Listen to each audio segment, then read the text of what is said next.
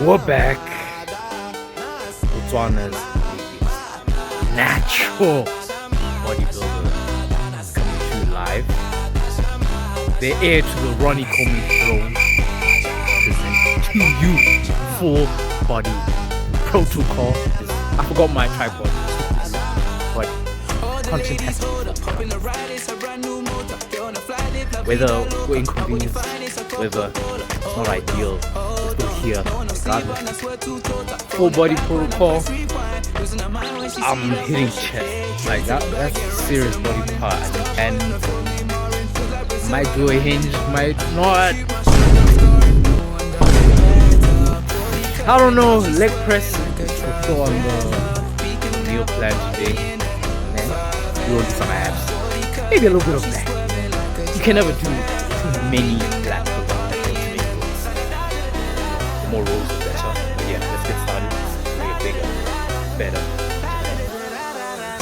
You never see this before. Now go full songs with a blue. You don't even know about me, no. So listen to so much, you know. They said I would never, ever get better. They said I would never, ever get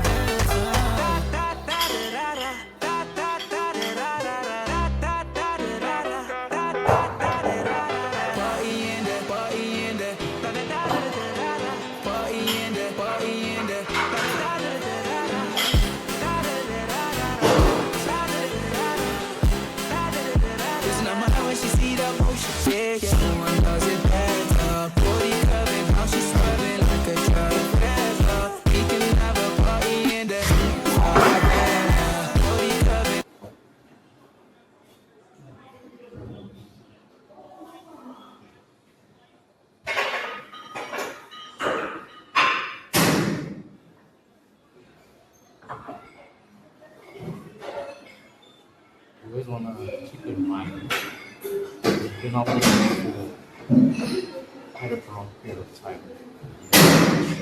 Hormones are more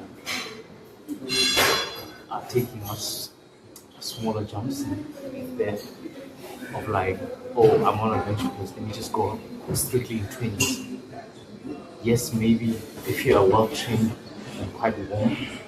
However, you always just want to be overly cautious, just so that you preserve your tendons and your muscle. You don't want to end up having a bad take or stupidly trying to ego lift the weight you've done prior, even though, yes, you know you're capable of it, but your body hasn't acclimated to that weight for a minute now. So never try to do one rep immediately after a lengthy sabbatical. Always want to leave your ego up the door.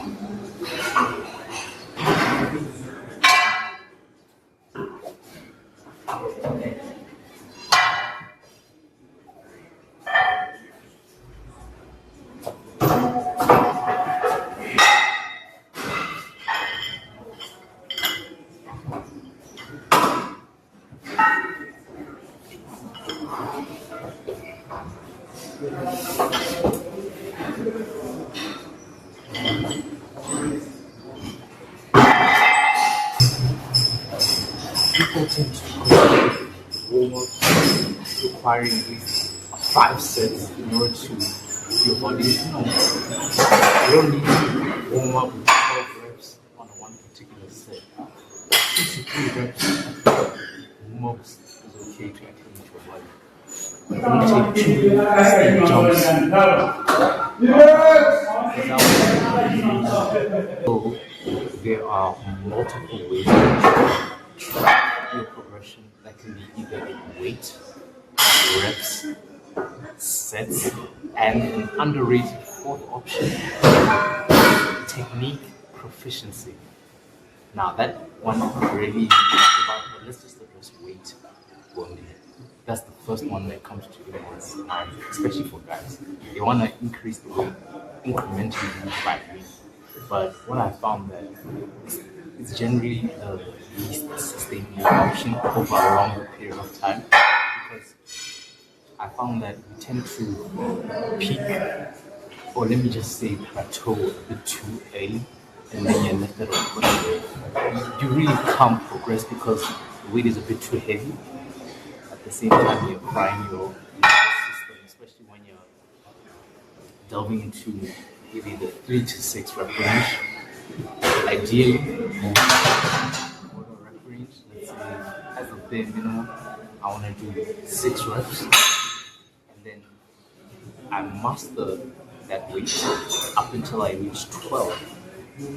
So when you're going week to week, let's just give a scenario where you do 3 sets of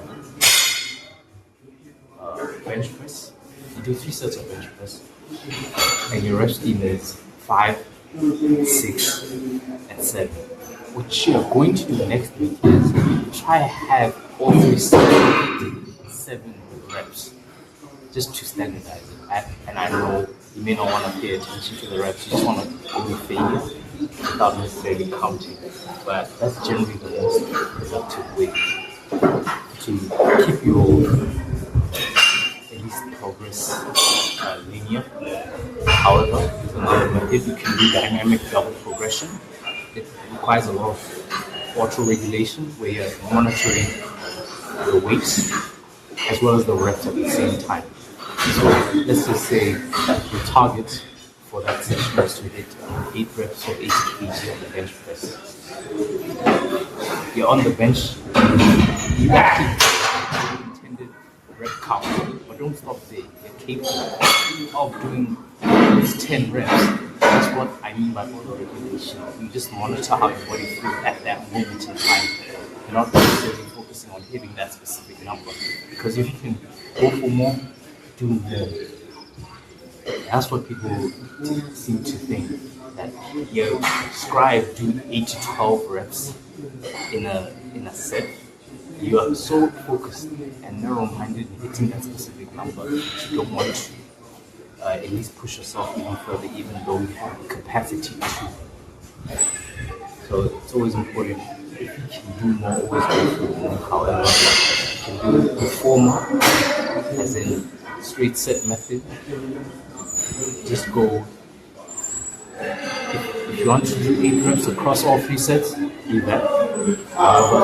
My preference is just always being auto-regulating into how I'm feeling on that day at that moment in time. And where the double progression also comes in, also weight. So any little weight added is still progression in my opinion, even if it's a social 1 kg. 2.5 exercise. That's perfect. As long as it's stimulus you haven't done before, I can't.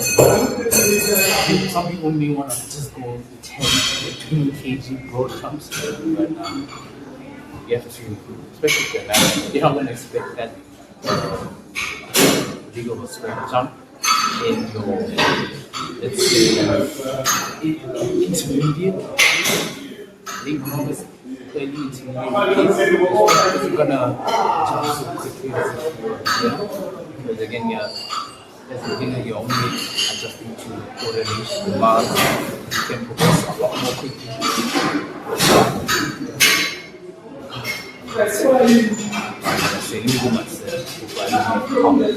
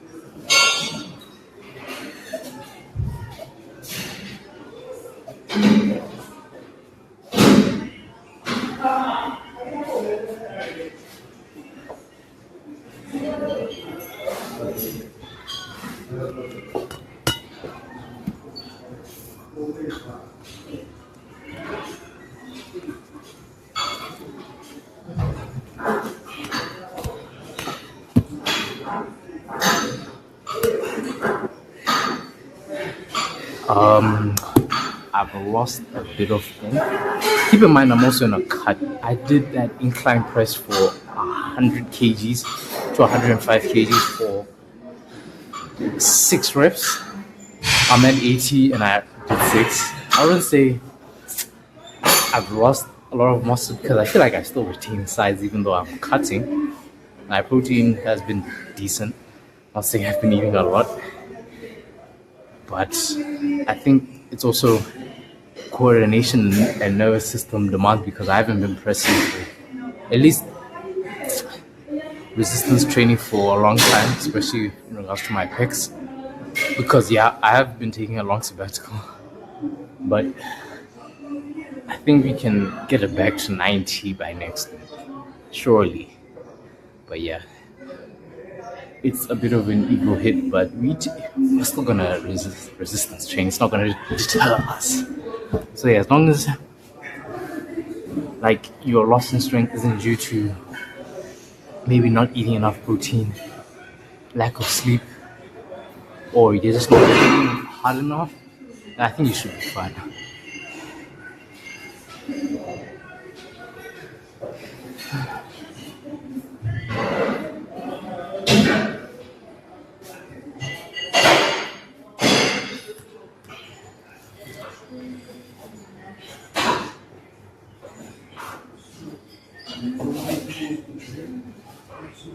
Okay, I'm adding 2.5 on each side, so it's 85 kgs. Or just push it a little bit. I'm not gonna take broad jumps, as you don't want to lift and end up hurting yourself. So I'm aiming for at least 5 reps here. So let's see how we do. 85 kg. Let's try to team off though.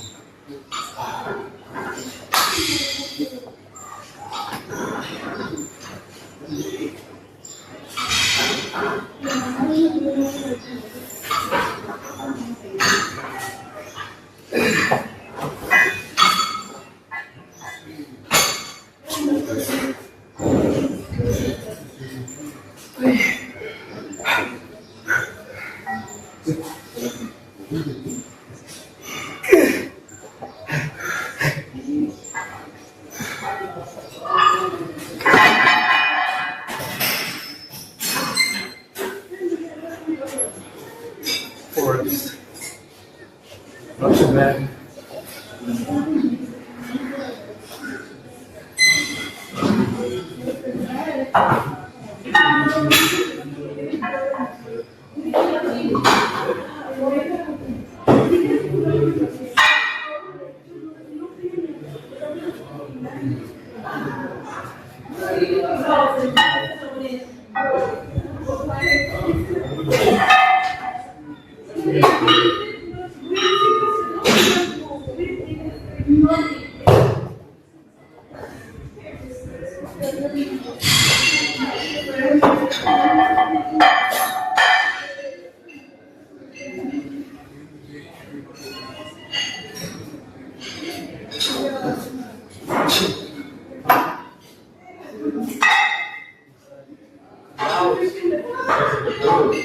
Oh, we're at the PR. What's Ben's looking like?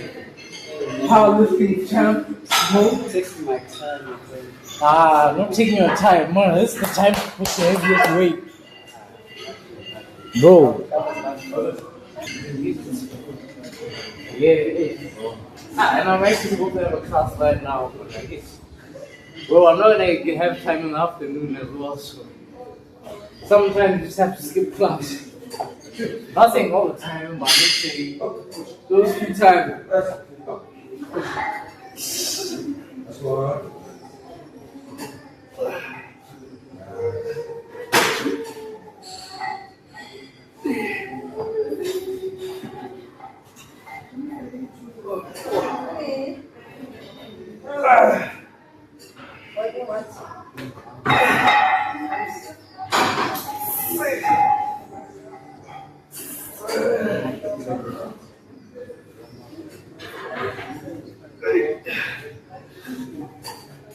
That's it. How's it?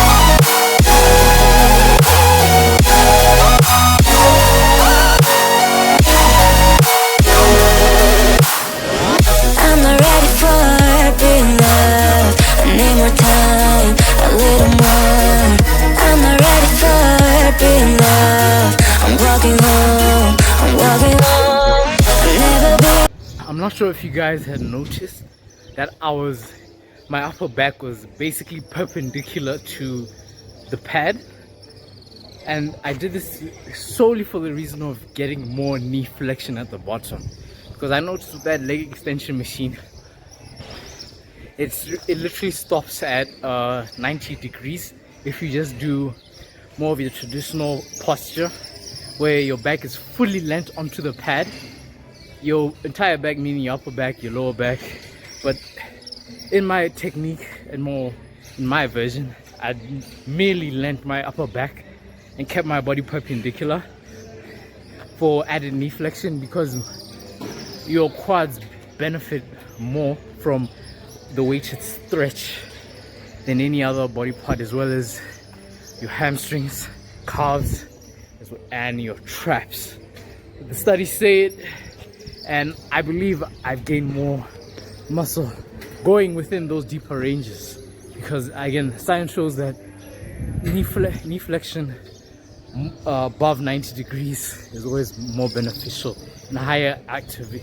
There's more tension in the quads past 90 degrees. Yes, there is that point where the more range of motion or the more knee flexion becomes more hip extension, but between 90 degrees and 135, if I'm correct.